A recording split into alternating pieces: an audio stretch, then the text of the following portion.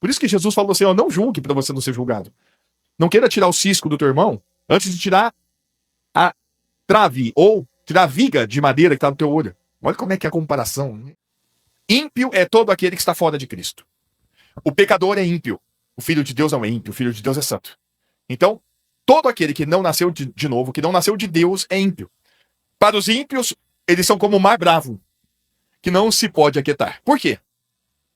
Príncipe da paz. Maravilhoso, conselheiro, Deus forte, Pai da eternidade, o príncipe da paz. Por isso que, então, quando saudamos primeiro com a graça.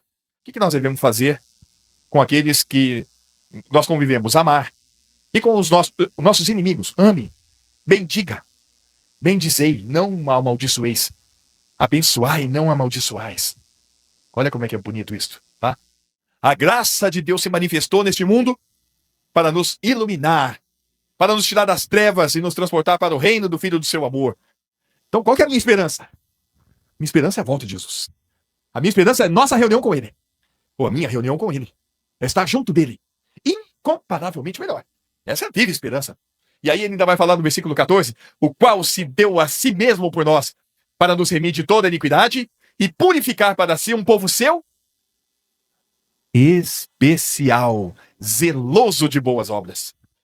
Tomando, sobretudo, o escudo da fé, com o qual podereis apagar, quantos? Todos os dardos inflamados do maligno, aleluia. Fé.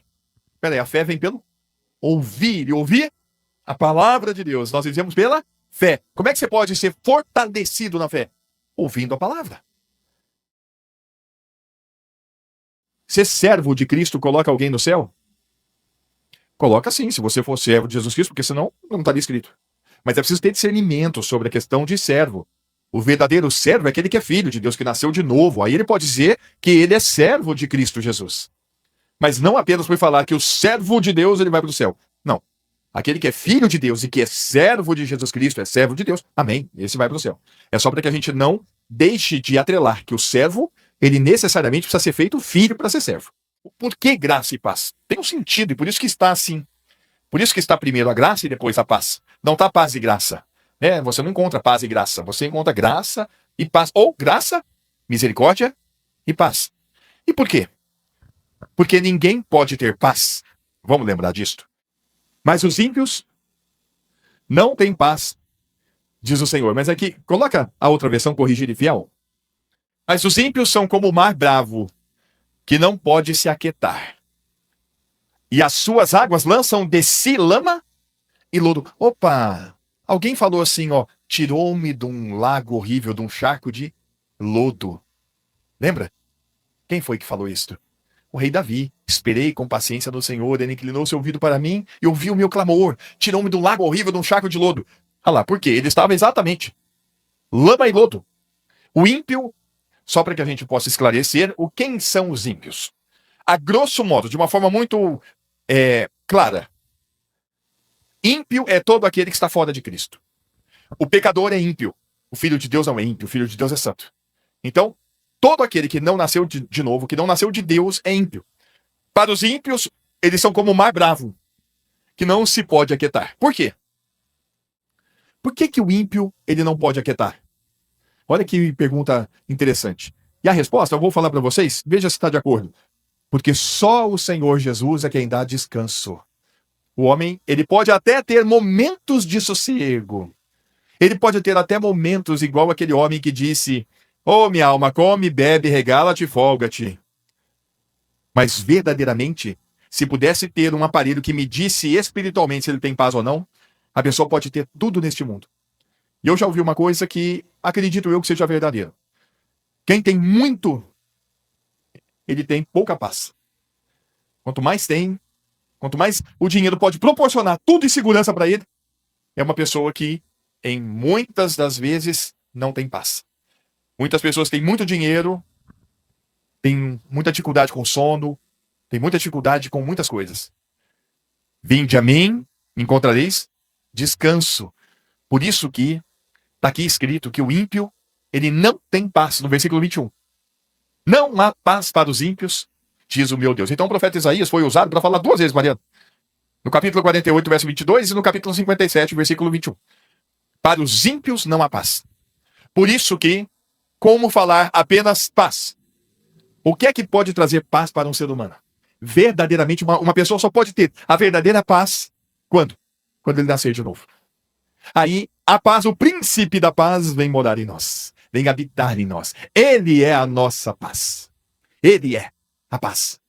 Príncipe da paz. Maravilhoso, conselheiro, Deus forte, Pai da eternidade, o príncipe da paz. Por isso que, então, quando saudamos primeiro com a graça. Por quê? Porque é pela graça que nós somos salvos, por meio da fé. Isso não vem de vós. Efésios 2:8, é bom que a gente sempre vá conferindo. Porque pela graça sois salvos, por meio da fé. Isto não vem de vós. É dom de Deus. O que não vem da gente? As duas coisas. Porque se a gente for fazer uma interpretação de texto um pouco mais apurada, veja que o versículo seguinte, não vem das obras, para que ninguém se glorie. O que não vem das obras? A salvação ou a fé? Na verdade, as duas coisas. É preciso sempre lembrar disso. A fé é um dom de Deus. Como a salvação também é um dom de Deus. Então, tanto a fé como a salvação, e as duas coisas não se separam. Um ser humano só pode ser salvo pela fé. Então, a fé e a salvação, elas estão juntas. Quando Deus dá fé, ele dá a salvação. Porque a fé é a certeza, é a convicção da palavra. Isso para mim é uma coisa muito, muito clara. A fé é Deus fazendo você crer de uma maneira irreversível. Por isso que uma vez que você nasceu de novo, ninguém pode arrebatar, ninguém muda o status daquele que nasceu de novo. Ninguém pode mudar. Pode acontecer percalços, pode acontecer situações ao longo da caminhada. Mas se você nasceu de novo, meu amado, não tem o que faça, que desfaça você daquilo que você é. Porque Deus faz uma obra perfeita. Porque o batismo nas águas, que é algo visível, é que faz com que eu... Opa, esse aqui agora confessou a mesma fé que eu. Para que eu possa chegar e dizer, agora, meu irmão querido. Agora, é claro, a Netinha, quando ela foi falar para mim sobre batismo, eu abracei ela, minha irmã querida. Chamo ela de irmã. Tá só esperando para ser batizado, não é isso? Como alguns de vocês já passaram por isso. Mas o batismo nas águas é algo que tem uma importância tão grandiosa, primeiro para a pessoa. Para que ela possa dizer, eu não me envergonho do Evangelho de Cristo. Eu fiz exatamente aquilo que o Senhor mandou. Eu estou testemunhando diante de todos que eu creio nele, eu não tenho vergonha. Então, meu irmão querido. Mas, como é que eu devo tratar? Se a pessoa realmente confessou isso, não importa, amado. Não julgue ela. Tem um texto importante para a gente pensar com relação a isto. Muito importante para a gente pensar com relação a isso. Como é que nós devemos tratar um ao outro? Porque se tem uma coisa que para mim é feio, para mim é uma coisa que só traz tristeza. É o tal do julgamento. A gente julgar. A pessoa, não, olha que é isso. Você nunca nasceu de novo. Porque muitas vezes pensa de uma forma diferente ou age de uma forma diferente. Temos, às vezes, o impulso para o julgamento. E não é bom isso, gente. Cada um deve lembrar que examinai-vos. Como é que está escrito? Examinai-vos. Examinai-vos a vós mesmos. Não examinar o outro. Eu estou falando de 2 Coríntios 13:5. Examinai-vos a vós mesmos. Não é examinar o outro.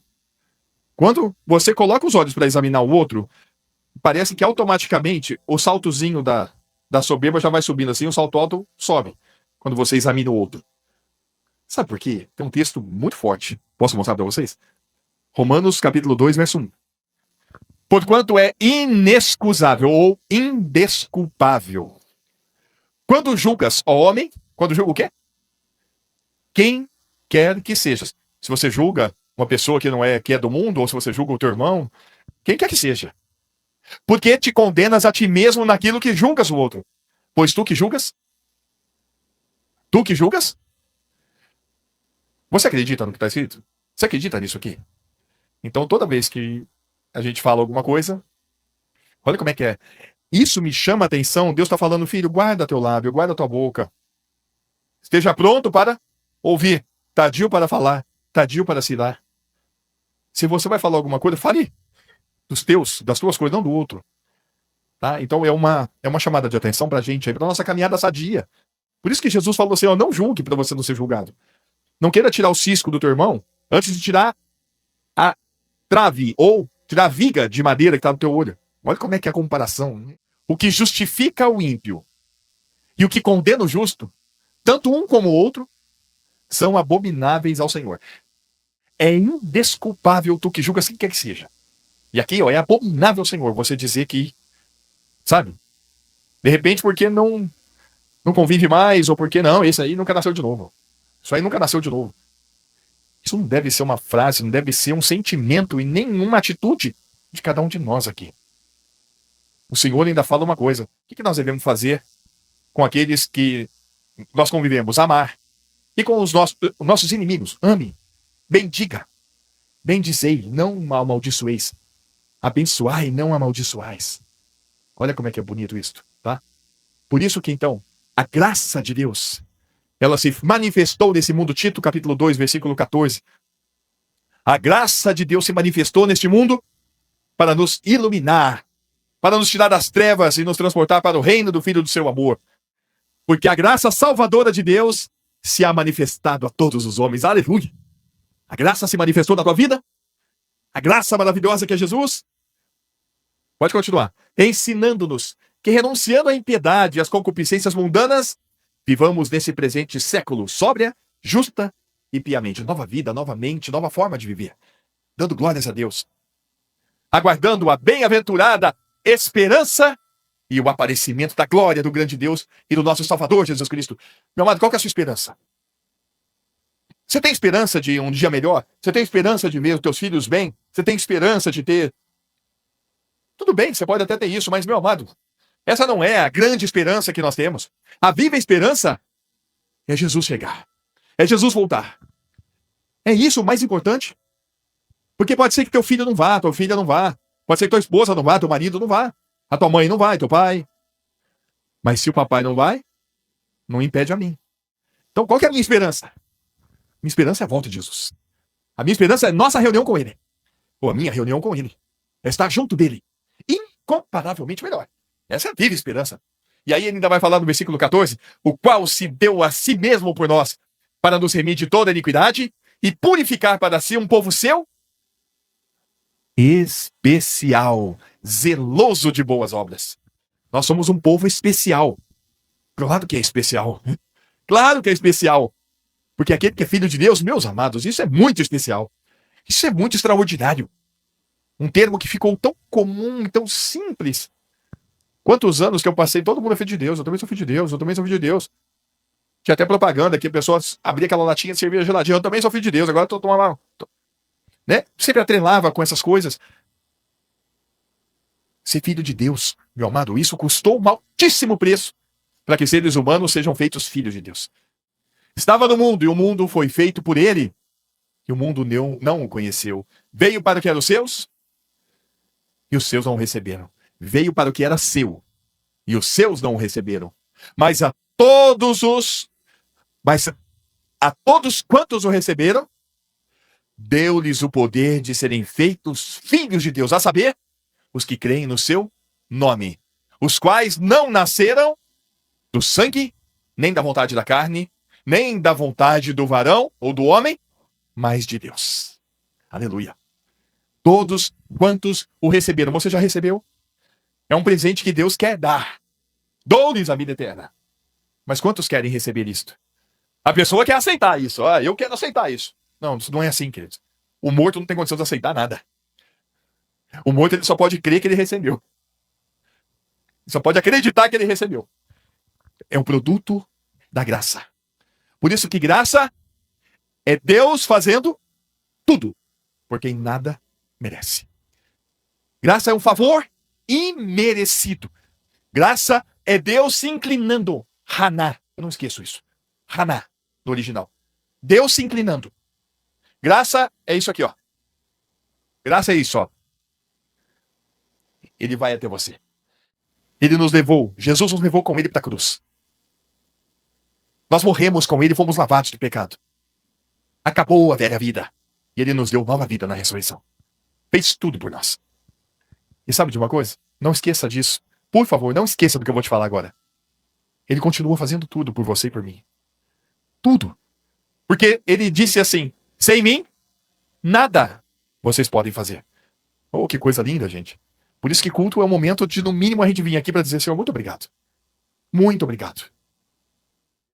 Pela qual temos entrada pela fé a esta graça. Ele é o caminho, ele é a porta. Entrarei e sairei e encontrarei pastagem. Por isso que a entrada é por ele. O novo e vivo caminho que nós entramos pelo seu corpo, pelo véu, a sua carne. E aí agora, na qual estamos firmes e nos gloriamos na esperança da glória de Deus. Opa, que esperança é essa? É a viva esperança, é o próprio Cristo, esperando nele. Meu amado, a gente tem que estar toda hora, meio com os olhos assim, ó, na expectativa, maranata. Que Deus nos abençoe, para que sejamos cada vez mais santificados, a gente ter uma vida cada vez mais santa, separada para Ele, dando a Ele a glória, dando mais tempo ao Senhor. Tomando, sobretudo, o escudo da fé, com o qual podereis apagar, quantos? Todos os dardos inflamados do maligno, aleluia. Fé.